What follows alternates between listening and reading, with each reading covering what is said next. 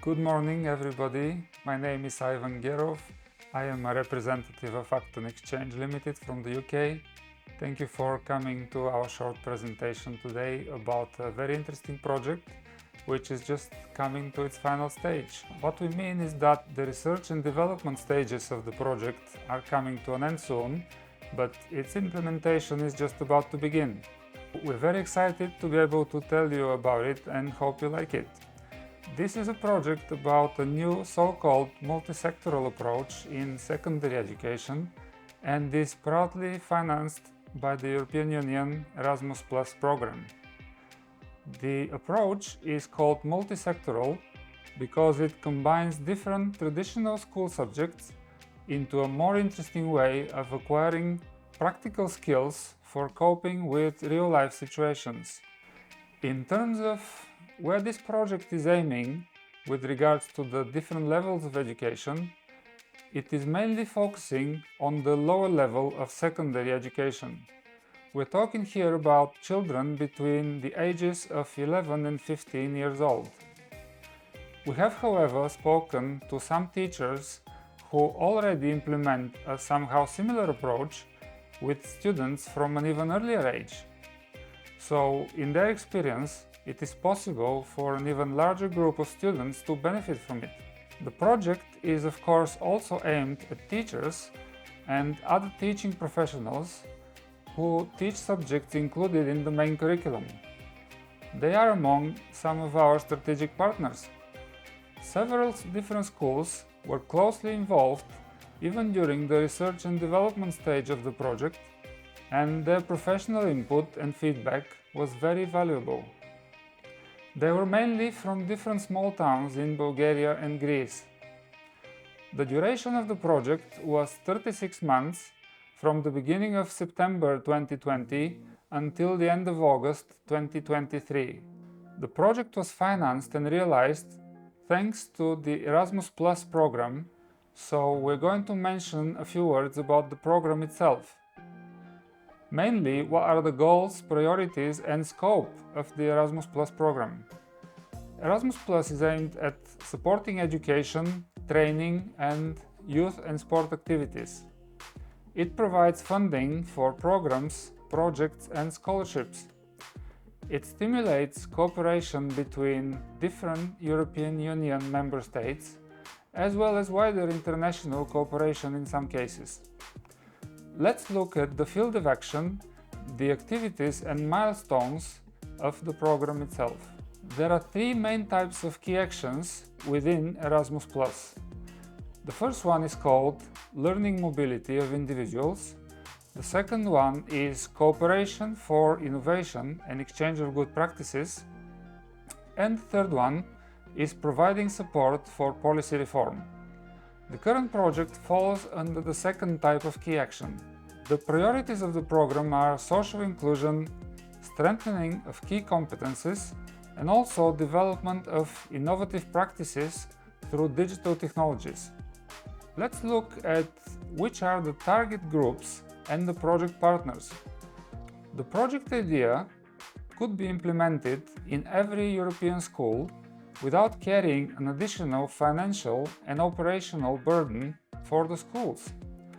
The multi-sectoral approach can be implemented in any school without the need to add extra hours to the curriculum, without the need for employing additional teaching professionals and a special program. It is in line with the established curriculum, and the tasks it sets are students acquiring skills to cope with real-life situations by integrating knowledge from all the subjects studied. There is a series of events planned for introducing this project to the public and making it more popular. Some of them involve a campaign on different social networks, media events like press conferences, and developing an online platform which is also going to act as the project's own website. The creation of a database containing practical case studies is also underway. Several intellectual outputs needed to be produced during the stages of development and testing. The countries involved in preparing those were Bulgaria, Greece, the Czech Republic, and the United Kingdom. There were certain attributes which needed to be present for each intellectual output, like having clearly defined stages and actions and being accompanied by practical examples. Very often, the method of roleplay was used in game-like scenarios. Each intellectual output needed to have a clear description of the specific method or approach being used, the benefits of using that method, as well as the difficulties and challenges experienced along the way. Also, several guidelines and manuals needed to be produced for all the future beneficiaries of this project, and they had to be translated into different European languages. The first one was a handbook introducing the multi-sectoral approach in secondary schools for a period of 3 school years. This handbook also aims to support the teachers in their use of the multi-sectoral approach with regards to planning and teaching this new type of lessons. The guide provides a new reading of how subjects can be taught in a way that also allows students to acquire a practical real-life insights and skills. The guide also encourages and empowers teachers to be more creative in planning their lessons and gives them a lot of freedom in order to be able to implement their own ideas.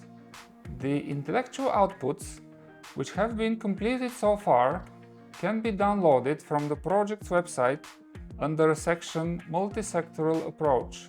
Let's look at some of the examples of what each lesson could include: a topic, leading objectives, different methods used, recommendation for a suitable age of the students which it is targeted at, what are the connections between the different subjects, and what are the expected results. Different keywords which help the students memorize these results, what materials could support the teacher's work, different examples of extracurricular activities, etc. We are going to include a couple of case studies as an example of what results can be achieved. There was a famous Bulgarian writer from the 19th century who wrote a travel guide from Sofia to Chicago and back. This work of literature is studied as part of the curriculum in Bulgarian schools. But as you can imagine, a lot has changed in the way people travel during the last 100 years. If young people today wanted to plan a holiday trip between a European Union country and the United States, for example, they could compare different exchange rates of currencies using skills from mathematics. They could look at taking different routes using skills from geography.